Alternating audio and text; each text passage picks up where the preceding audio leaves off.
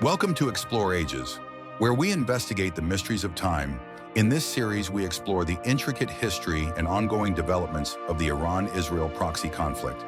In our first episode, we will cover the events of the conflict between the two countries from the beginning, especially from the 1979 revolution of Iran to 2010 CE. Let's start. The Iran-Israel proxy conflict, a complex history. In the heart of the Middle East lies a turbulent narrative, one that pits two nations against each other in a struggle that spans decades. The Iran-Israel proxy conflict. Known by some as the Iran-Israel Cold War, this ongoing battle is defined not just by military actions, but also by deep-seated ideological divides. Once, in a different era, Iran and Israel shared a relatively friendly relationship. They saw a common adversary in the Arab powers surrounding them. However, everything changed dramatically following the 1979 Iranian Revolution. As Ayatollah Khomeini came to power, Iran severed all diplomatic ties with Israel, marking a new chapter filled with hostility. From that point on, the Iranian government began actively supporting groups that opposed Israel, particularly in the Israeli-Lebanese conflict, where Hezbollah, a powerful Lebanese Shia militia, received substantial backing. Meanwhile, Israel wasn't sitting idle. It began to support Iranian dissidents like the People's Mujahideen of Iran and conducted airstrikes against Iranian allies in Syria. The tensions reached a boiling point in 2018 when Israeli forces launched direct attacks on Iranian positions in Syria, signaling the high stakes of this proxy war.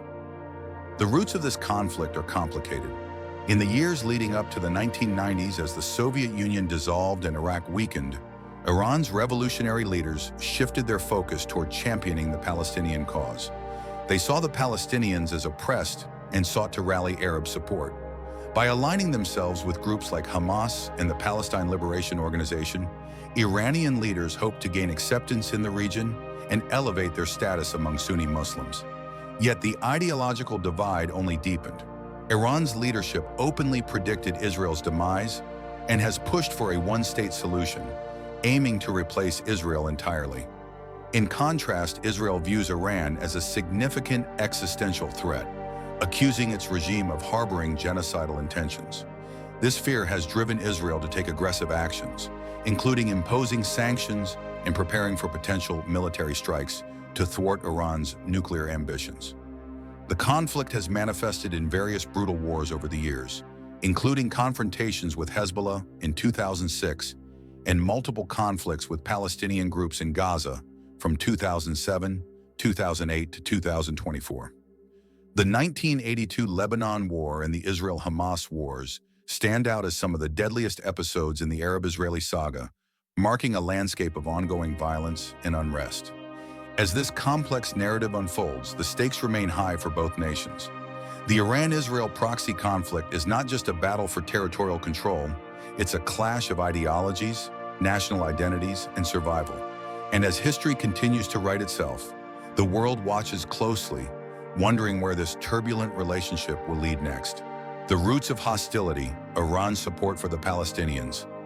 To truly understand the ongoing tensions between Iran and Israel, we must travel back in time to the late 1940s.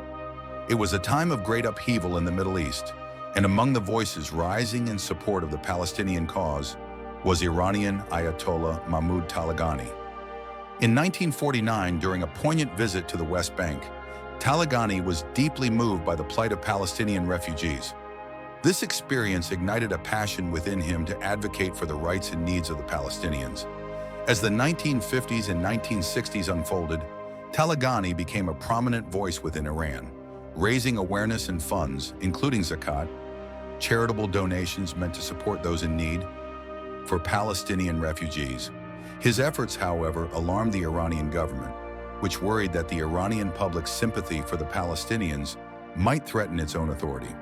Behind closed doors, documents from Savak, the Shah's secret police, revealed the regime's concerns about growing popular support for the Palestinian cause.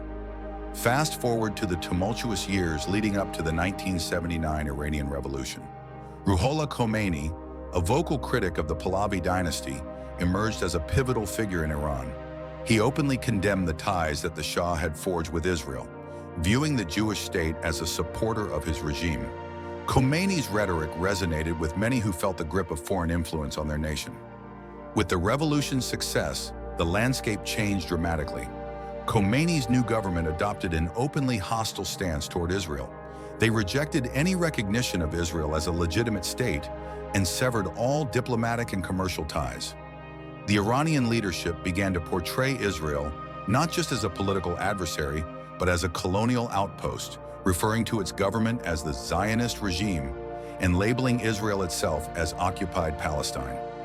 This shift set the stage for a long-lasting conflict, as Iran's support for the Palestinians grew stronger. In the years that followed, this ideological commitment would not only define Iran's foreign policy, but also play a crucial role in shaping the dynamics of the Middle East for decades to come.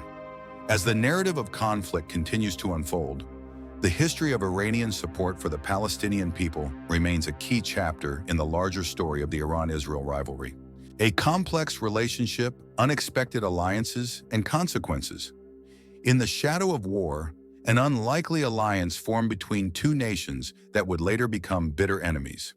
Between 1980 and 1988, during the brutal Iran-Iraq War, Israel found itself in a surprising position.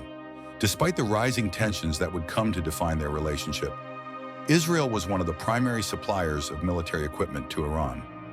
Not only did Israel provide essential military gear, but they also sent military instructors to assist the Iranian forces. The turning point came when Israel executed Operation Babylon, a daring airstrike that targeted Iraq's Osirak nuclear reactor, which was deemed crucial to Iraq's nuclear weapons ambitions. By destroying this facility, Israel directly supported Iran's war effort, illustrating how the complexities of geopolitics could forge unexpected partnerships even amid conflict. However, the situation in the region continued to evolve dramatically.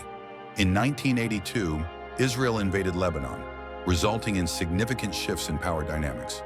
The Palestine Liberation Organization, PLO, which had established a stronghold in Lebanon, was forced to leave the country. This departure led to the creation of the Security Zone in South Lebanon, a temporary haven for Israeli allies and a moment of relief for civilians in northern Israel. The Galilee region experienced fewer violent attacks from Hezbollah, which had been a prominent threat during the 1970s. Yet this apparent calm came at a steep price. The Israeli invasion and subsequent actions in Lebanon fueled a cycle of violence. Israeli proxies, including the Maronite Lebanese forces and right-wing phalangists, perpetrated horrific massacres against Lebanese Shia communities. These acts of violence sparked resentment and resistance, giving rise to a powerful and organized Lebanese movement that would change the landscape of the region. By the late 1990s, this homegrown resistance movement, led by Hezbollah, began posing a more significant strategic threat to Israel than the PLO ever had in the 1970s. What began as a complex web of alliances and hostilities had transformed into a new era of conflict, setting the stage for ongoing struggles in the Middle East. A tenuous alliance, Iran and the PLO. In the 1960s, a movement began to take shape in Iran, as many individuals, both leftist and religious, felt a calling to stand alongside the Palestinian cause. These brave volunteers traveled to Lebanon and Jordan, where they trained to join various Palestinian organizations, including the Palestinian Liberation Organization, or PLO. Some of them would later return to Iran, not just as soldiers, but as champions of a new ideology against the oppressive regime of the Shah. Fast forward to February 17, 1979. The winds of change were sweeping through Iran as Yasser Arafat, the charismatic leader of the PLO, made history by becoming the first foreign leader to visit the newly formed Islamic Republic. His visit came at a pivotal moment as the revolutionary fervor led by Ayatollah Khomeini prompted Iran to sever all ties with Israel. In a bold move, Iranian officials expelled Israeli diplomats, signaling a dramatic shift in allegiance. The PLO saw inspiration in the Iranian Revolution, a nation that had toppled a powerful enemy, backed by the United States, sparked hope among Palestinians that they too could replicate this success against Israel. Yet for many Palestinians, Arab nationalism seemed to be at a crossroads. The haunting memories of the 1967 war, the PLO's expulsion from Jordan in 1970, and Egypt's recognition of Israel in 1978 left many feeling disillusioned. As the Iran hostage crisis unfolded, the PLO attempted to intervene, hoping to mediate between the Iranian students and the government. However, their efforts met with failure, and the atmosphere thickened with suspicion when secret documents emerged from the U.S. Embassy, revealing Israeli support for the Shah's regime.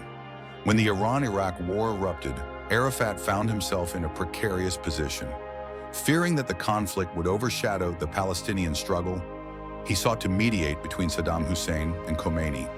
His journey on September 20th, 1980, took him from Baghdad to Tehran, but his hopes for peace were dashed. Ultimately, Arafat chose to side with Iraq during the war, yet Iran maintained its commitment to the Palestinian cause. This complex relationship, marked by moments of solidarity and tension, laid the foundation for ongoing struggles and shifting alliances in the region, forever intertwining the fates of Iran and the Palestinian people. In the summer of 1982, the winds of conflict swept through Lebanon as Israel launched a full-scale invasion. The leaders of the Lebanese Shia community, faced with the looming threat of Israeli forces, turned their eyes toward Tehran, hoping for salvation. They reached out to Iran, calling upon the leadership of Ayatollah Khomeini for assistance in their time of need. Recognizing the gravity of the situation, Khomeini dispatched his defense minister and military leaders to Syria, a crucial ally in the region. Yet as they gathered to strategize, the harsh reality set in. Iran was already entangled in a fierce and bloody war with Iraq. Fighting on two fronts would stretch the nation thin and could lead to disastrous consequences. It was a delicate balancing act, as the Iranian leadership weighed the risks of intervention against the cries for help from their Shia brethren in Lebanon. The rise of Hezbollah. Despite Israel's military successes in dismantling PLO bases and its partial withdrawal from Lebanon by 1985, the invasion had inadvertently ignited a fiercer conflict with local Lebanese militias. The violence served as a catalyst, leading to the unification of various Shia Muslim movements in Lebanon. Out of the chaos emerged Hezbollah, a group that would redefine resistance in the region, transforming from a loose coalition of fighters into a formidable military force. As the years progressed, both sides experienced an escalation of military casualties, with the introduction of more advanced weaponry and evolving tactics. Hezbollah, under the influence of Iran and its Revolutionary Guards, honed its skills and became a significant player in the ongoing struggle against Israel. Iran's strategic support behind the scenes. Iran was playing a crucial role in Hezbollah's rise. The Iranian government provided the group with substantial support, ranging from financial backing to military training. This included weapons, explosives, and the necessary political and diplomatic tools to strengthen their resolve. Iran encouraged Hezbollah to adopt a more aggressive stance against Israel, fueling the fire of resistance. In 1985, Hezbollah published a manifesto that boldly outlined its objectives, declaring among its key goals Israel's final departure from Lebanon as a prelude to its final obliteration. This fiery rhetoric galvanized support within the region and emphasized the group's unwavering commitment to its cause. As reports surfaced in February 2010, it was revealed that Hezbollah received a staggering $400 million from Iran, a testament to the deepening alliance between the two entities. By the early 1990s, Hezbollah emerged as the predominant military force in South Lebanon, effectively monopolizing guerrilla operations and shaping the course of the conflict. A new order in Lebanon. The transformation of Hezbollah into a leading military power not only changed the dynamics within Lebanon, but also posed new challenges for Israel. The ongoing clashes were no longer solely about the Palestinian cause. They had evolved into a broader struggle against Iranian influence in the region. As Israel grappled with the reality of a strengthened Hezbollah, the conflict took on new dimensions. No longer just fighting against the PLO or Arab forces, Israel was now engaged in a complex confrontation with an organization that was deeply entrenched in the local fabric of Lebanon and supported by a powerful ally. The events of the early 1980s marked a significant turning point in the Middle East, intertwining the fates of Iran, Lebanon, and Israel in a tangled web of alliances and enmities. The legacy of these conflicts continues to shape the political landscape, with echoes of resistance and the fight for sovereignty resonating through the years. As we look back on this tumultuous period, it serves as a reminder of how quickly situations can escalate and how alliances can be forged in the crucible of conflict. The story of the Israeli occupation of Lebanon and the rise of Hezbollah is a testament to the complexities of war, where every action has consequences that ripple through time. The low-intensity conflict, Shebaa Farms. As the dust settled after Israel's withdrawal from southern Lebanon in May 2000, a new chapter in the saga of conflict unfolded. The takeover of the South Lebanon Army's assets by Hezbollah marked the beginning of a new era, one characterized by simmering tensions rather than outright warfare. The focus of this ongoing struggle became the small, contested region of Shebaa Farms, nestled on the slopes of Mount Hermon. This seemingly inconspicuous patch of land soon became the focal point of a conflict that would draw in the ghosts of past battles and ignite new hostilities. While the world looked on, the situation remained tense but low-key, with sporadic skirmishes and military posturing defining the landscape. Rising tensions, the Ahmadinejad era. In 2005, a hardliner named Mahmoud Ahmadinejad rose to power in Iran, dramatically changing the dynamics between Iran and Israel. His election marked a turning point. Relations soured further as both nations found themselves embroiled in a web of proxy conflicts and covert operations. The shadows of suspicion deepened, with both sides gearing up for a showdown that loomed on the horizon. The 2006 Lebanon War, a conflict ignited. Then came the fateful summer of 2006. The tensions exploded into open warfare during the Lebanon War. The Israeli military faced a well-coordinated assault from Hezbollah, but unbeknownst to many, Iranian Revolutionary Guards played a crucial role behind the scenes. Reports indicated that hundreds of these operatives were directly involved, assisting Hezbollah fighters as they launched rockets into Israel. The war saw scenes of chaos and destruction, with both sides suffering significant losses. Among the most dramatic moments was Hezbollah's successful attack on the Israeli Navy's INS Hanit, utilizing a C-802 anti-ship missile that severely damaged the vessel and claimed the lives of 4 crew members. In the shadows, Revolutionary Guard operatives were seen coordinating efforts, some even sacrificing their lives in the fray. The aftermath of the conflict revealed a grim reality. The bodies of those operatives were said to have been transported to Syria before making their way back to Tehran. A dangerous game, the Israeli Air Force strikes. The war may have ended, but the battle for influence in the region raged on. On September 6, 2007, the Israeli Air Force conducted a daring operation targeting a suspected nuclear reactor in Syria, one believed to be linked to Iranian ambitions. This high-stakes game of chess between the nations was fraught with danger, and each move carried the weight of potential escalation. Evolving Iranian support to Hamas. While the smoke from the 2006 conflict had yet to clear, another front began to emerge. During the Gaza war, Iran intensified its efforts to supply Hamas with weapons and ammunition. The Israeli Air Force, in conjunction with commandos, launched a series of airstrikes against Iranian arms being smuggled to Hamas via Sudan. As rumors of these strikes circulated, it became clear that the stakes were rising. 2 truck convoys were destroyed, and an arms-laden ship was sunk in the Red Sea, underscoring Israel's commitment to thwarting Iranian support for its adversaries. On November 4, 2009, the Israeli Navy captured a ship in the eastern Mediterranean, uncovering hundreds of tons of weapons intended for Hezbollah. Yet another sign of the lengths Iran was willing to go to support its allies. Conclusion: a legacy of hostility. As we reflect on these pivotal moments of the 2000s, it becomes clear that the conflict between Iran and Israel is not just about territorial disputes, but also about ideology, power, and the quest for dominance in the Middle East.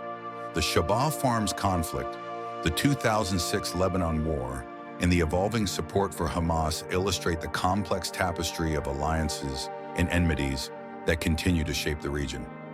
Each event adds a new layer to the already intricate relationship, leaving us to ponder what the future holds in this ongoing saga of conflict and resistance. Shadows of conflict, assassinations, and cyber warfare. As 2010 began, a silent war unfolded between Iran and Israel, defined by shadowy assassinations and cyber warfare. The first act of this grim theater occurred on January 12th, when particle physicist Masoud Ali Mohammadi was killed in a motorcycle bombing, signaling a wave of targeted violence aimed at Iranian nuclear scientists.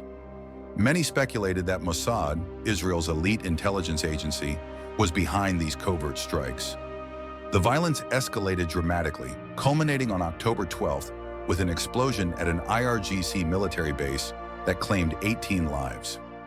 The most notorious incident took place on November 29th, when hitmen ambushed two prominent nuclear scientists, Majid Shariari and Faridun Abbasi. Shariari was killed instantly, while Abbasi survived but was left scarred by the attack. The assassination spree continued into 2011, claiming more lives, including that of Dariush Rezeinejad, in July, and reached a new peak on January 11, 2012, when Mostafa Ahmadi Roshan was killed by another motorcycle bomb. Each of these incidents sent shockwaves through Iran, instilling fear within its scientific community. But the conflict extended beyond the streets of Tehran. In June 2010, the discovery of Stuxnet, a sophisticated computer worm attributed to a collaboration between the US and Israel, targeted Iran's Natanz nuclear facility, damaging about 1,000 centrifuges, roughly 10% of the operation. This cyber assault exposed vulnerabilities in Iran's technological infrastructure and opened the floodgates for additional cyber threats. As the year concluded, it became evident that the struggle between Iran and Israel had evolved into a complex battlefield of shadows, where acts of sabotage and bloodshed served as reminders of the escalating animosity that would shape the Middle East for years to come. Thanks for watching Explore Ages. If you enjoyed this dive into the Iran-Israel conflict, please like, comment, and subscribe, and stay tuned for more episodes as we uncover more key events shaping history from 2010 to the present time.